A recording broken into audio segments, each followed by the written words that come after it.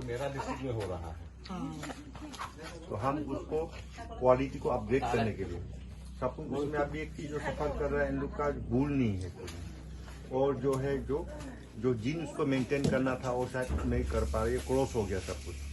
Secondly हमको pure breed मिलता नहीं है, तो ये वाला जो है एक्लेमेटाइज है, तो हम चाहता है कि यहाँ का जो क्वालिटी को अगर हम बढ़ा भी नहीं सक रहा है तो वो वाला क्वालिटी को कंटिन्यू मेंटेन करना बहुत जरूरी है।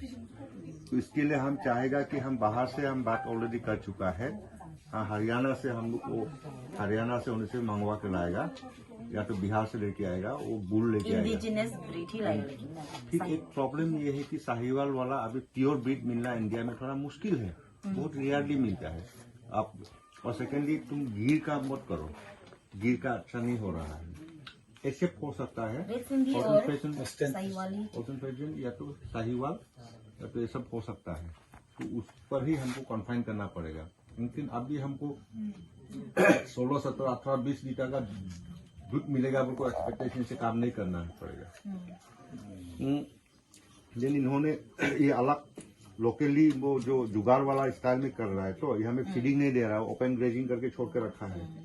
तो जो भी हो वो शायद उनके लिए लगता होगा कि दिस इज मोर सस्टेनेबल, तो अगर वो फील कर रहा है कि वही सस्टेनेबल है वही सही, but we will have to ensure that they are given proper support, they are facilitated properly so that they continue with this tradition. And at the same time लॉन्गनिंग का तरफ से स्टोरी जाना चाहिए कि to the people of Arunachal Pradesh की tribal आदमी लोग भी गाय पाल के अपना जीविकापार्जन इंश्योर कर सकता है। This is important actually. And दूसरी बात है कि हमारा ट्राइबल सोसाइटी में बेसिकली 100% गाय खाने वाला, excepting Senwa village, they have this, because ये एरिया जो है एंडेमिक टू लेप्रोसी था, जिसके वजह से वो लोग इंटेक नहीं करता है। एंड दैट्स द रीजन है शंकरदेव का यहाँ में एक एनजीओ अस्पताल चलाता था, यहाँ में लेपर हॉस्पिटल था, लेप्रोसी हॉस्पिटल था, क्लोज डाउन हुआ। तो उसकी वजह से अभी तक कोई आदमी रिस्क नहीं ले रहा है मीट खाने का, गाय मीट नहीं खा करके गाय पाल रहा है। That's the unique. और खास बात यह है कि वहाँ के लोग गाय के मीट नहीं खाते हैं, गाय नहीं खाते हैं, सिर्फ दूध निकलती है। गाय पालते जरूर है मगर उसको खाया नहीं जाते हैं। गाय पाल के उसका दूध सप्लाई करते हैं, गोबर को अपना खेतों में, अपने गार्डन में फर्टिलाइजर के काम में लगाते हैं। यहाँ तो कि उसका पेशाब को भी अपना खेतों में, सब्जियों के गार्डन में पेशाब भी फर्टिलाइजर के काम आते हैं, यूज कर रहे हैं वहाँ के लोग। गाय पाल के दूध निकलते हैं, दूध को बाजार में सप्लाई करते हैं, पैसा कमाते हैं, पैसा। और गोबर को अपना खेतों में, अपने गार्डन में फर्टिलाइजर के लिए यूज कर रहे हैं। यहाँ तक कि उसका पेशाब तक भी ऐसे वेस्ट नहीं हो रहे हैं, सब्जियों के गार्डन में फर्टिलाइजर के काम आते हैं। ऑर्गेनिक सब्जियों का फार्मिंग कर रहे हैं।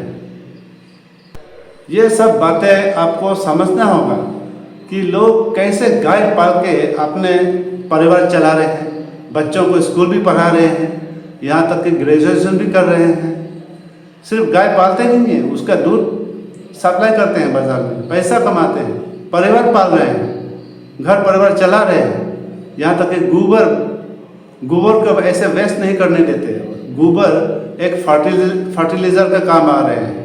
यहाँ तक कि पेशाब को फर्टिलाइजर में यूज कर रहे हैं, सब्जियां निकल रहे हैं, फार्मिंग कर रहे हैं साथ साथ। ये बात आपको समझना होगा कि लोग कैसे मेहनती करते हैं, कैसे फार्मिंग करते हैं, ये बात आपको समझना होगा। गाय के पेशाब भी अपने गार्डन खेतों पे फर्टिलाइजर के लिए यूज कर रहे हैं। मेहनत करो तो ऐसे कुछ भी बेकार ना जाए और पैसा कमाए। सन्वा हानान की तरह गाय पालो, गोबर को फर्टिलाइजर के लिए यूज करो, पेशाब को अपना सब्जी खेतों में यूज करो, पैसा कमाओ। एक्चुअली ये हानान लोंगडिंग टू तीसा के बीच में है, जो एक्चुअली ये सन्वा विलेज से आए हुए लोग हैं, सन्वा से शिफ्ट होकर आए हुए लोग हैं हानान पे, और पशुपालन में बहुत ही मेहनती के साथ काम कर रहे हैं। पूरे लोंगडिंग डिस्ट्रिक्ट में केवल यही गांव है शायद जो इतना मेहनती करके सक्सेस हो रहे हैं। और हमने सुना है कि न्यौसा में और सजवा में भी कुछ घरों के लोग ये पशुपालन का काम कर रहे हैं। हानान की तरह अगर दूसरे गांव में भी इस तरह का काम कर रहे हैं तो ये बहुत अच्छी बात है। इनसे सीखना चाहिए, इन सब से सीखना चाहिए कि पशुपालन का काम कैसे करते हैं, कैसे पैसा कमाते हैं। ये इन सब से हानान से सीखना चाहिए हमें, और काम करना चाहिए, पैसा कमाना चाहिए अपना परिवार चलाने के लिए, बच्चों को स्कूल भेजने के लिए। और ऑनरेबल मिनिस्टर जीडी बंसू का ये कहना था कि जो सच में मेहनत करते हैं, जो सच में मेहनती करते हैं, उनको पूरा मदद दिया जाएगा। अरुणाचल प्रदेश की सरकार की तरफ से जो मेहनती करते हैं उसको पूरा मदद मिलेगी। चाहे पशुपालन में हो, चाहे आप खेतों में मेहनत करो, चाहे किसी भी काम में आप मेहनत करो, फार्मिंग करो। फार्मिंग सेक्टर में, खास करके फार्मिंग सेक्टर में, पशुपालन में अगर आप मेहनत करोगे तो ऑनरेबल मिनिस्टर आपको ज़रूर मदद मिलेगा। अरुणाचल प्रदेश की सरकार की तरफ से ज़रूर मदद देगा। इसका लाभ उठाना चाहिए। हमें जानना चाहिए कि फार्मिंग कैसे करते हैं, पशुपालन कैसे करते हैं, खेती कैसे करते हैं, ये हमें सीखना चाहिए, जानना चाहिए। हर गांव के लोग करना चाहिए। जिस गांव में जो फसल अच्छा होता है वही करो, उसको बढ़ाओ, मदद मिलेगी आपको। और ऑनरेबल मिनिस्टर और पूरे टीम ने पुलिस थाना का भी दौरा किया और वेटरनरी ऑफिस, एग्रीकल्चर, हॉर्टिकल्चर का दफ्तर में भी गया। वेटरनरी के ऑफिस का जगह देखने गए, हॉर्टिकल्चर ऑफिस में विजिट किया, एग्रीकल्चर का ऑफिस में विजिट किया, और सारा स्टाफ क्वार्टर, ऑफिस बिल्डिंग की क्या समस्या है, स्टाफ क्वार्टर की क्या समस्या है, क्या लैंड इंक्रोचमेंट हो रहा है, क्या इसका क्या समस्या है, ये सब सारा जानकारी जुटाया।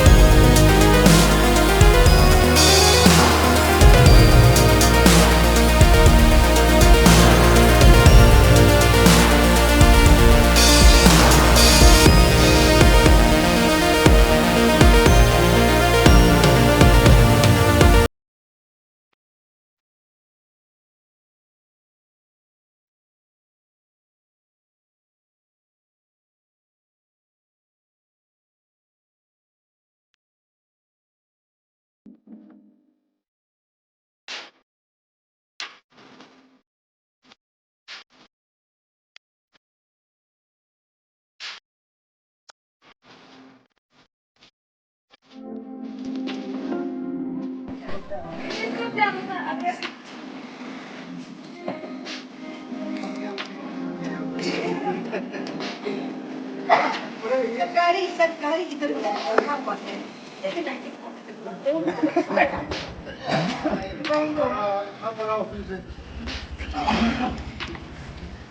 तुम क्या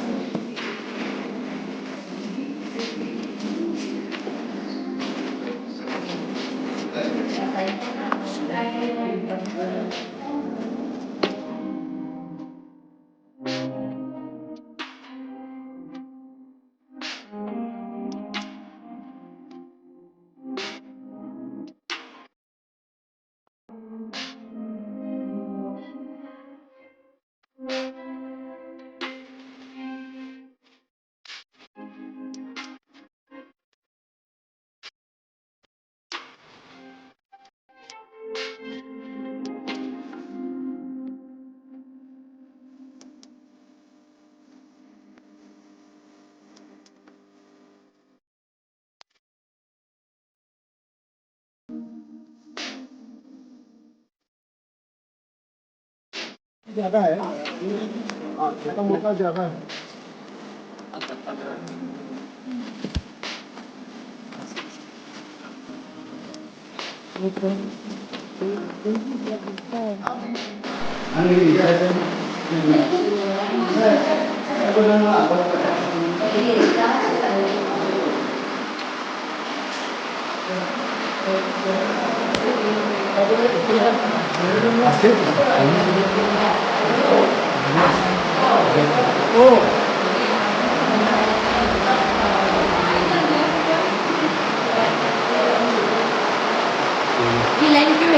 कौन से दफ्तर का बिल्डिंग का समस्या क्या है, कौन सा डिपार्टमेंट के स्टाफ का क्या समस्या है, कौन सा डिपार्टमेंट के लैंड इंक्रोचमेंट हो रहे हैं, इन सब के ऊपर उन्होंने जानकारी जुटाया है।